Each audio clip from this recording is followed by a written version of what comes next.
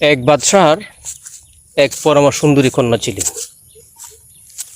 তো এক চোর সেই বাদশাহর কন্যাকে পাওয়ার জন্য সে উতলা হয়ে উঠল। যে কোনোভাবেই সে বাদশাহর সেই সুন্দরী কন্যাকে সে বিয়ে করতে চায়। তো একদিন সে বাদশাহর বাড়িতে চুরি করতে ঢুকলো। ঢুকে সে দেখল বাদশাহ এবং রানী বসে মেয়ের বিয়ের ব্যাপারে কথা বলছে।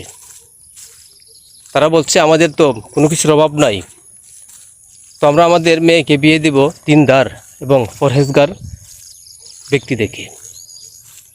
চোর চুরি না করে ঘর থেকে বেরিয়ে গেল। সে বুঝলো যে রাজার কন্যাকে বিবাহ করার বুদ্ধি আমি পেয়ে গেছি। সে চুরি ছেড়ে দিয়ে রাজার কন্যাকে পাওয়ার লোভে সে মসজিদে বসে ইবাদত করা শুরু করলো।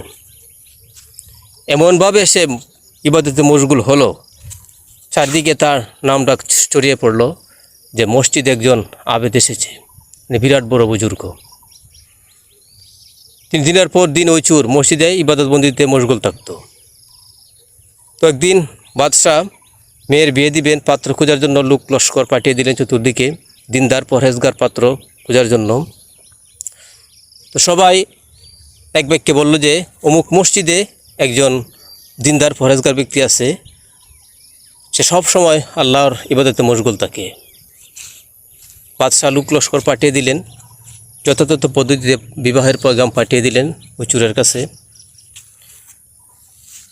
তখন ওই চোর আল্লাহর ইবাদতে মশগুল হয়ে এত শান্তি, এত প্রশান্তি পেয়েছে যে দুনিয়ার কোনো কিছু তাকে আর দুনিয়ার কোনো মোহই তাকে আর আকর্ষণ করে না।